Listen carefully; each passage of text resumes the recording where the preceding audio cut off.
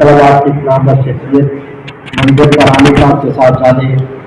मोहतरम तारिक नागर साहब से इल्तमास गुजार तशरीफ है और बारगाह रिसालत में हदिया की पेश फरमाएं। मोहतरम जनाब तारिक नागर साहब।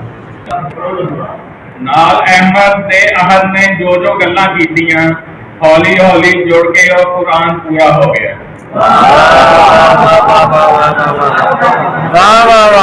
नाल अहमद ने अहद ने जो गल्लां कीतियां हौली हौली जुड़ के नाल अहमद ने अहद ने जो गल्लां कीतियां हौली हौली जुड़ के और कुरान पूरा हो गया। रब आखे मोमना तू भेज आका ते जरूर रब आखे मोमना तू भेज आका ते जरूर मेरी बख्शिश दा और सामान पूरा हो गया।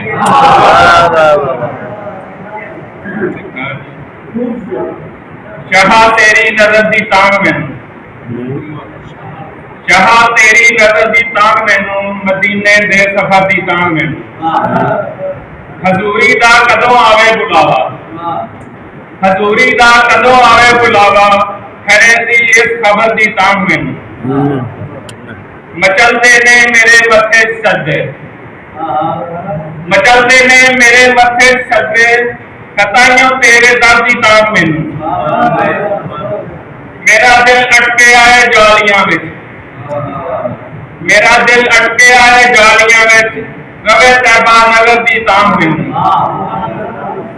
दुआवां भिजियां ने हंजुआं विच दुआवां भिजियां ने हंजुआं विच दुआवां दे असर दी तांग मैनू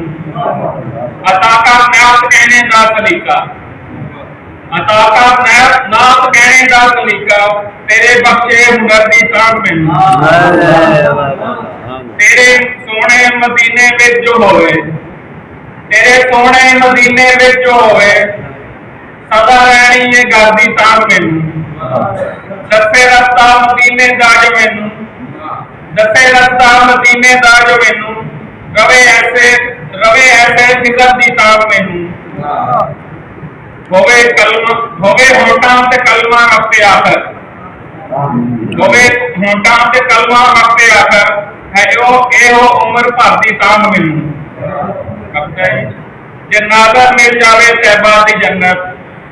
जे नादर मिल जावे तैबा दी जन्नत रवे आका नजर दी तांग मैनू चाहा तेरी नजर दी तांग मैनू मदीने दे सफर दी तांग मैनू।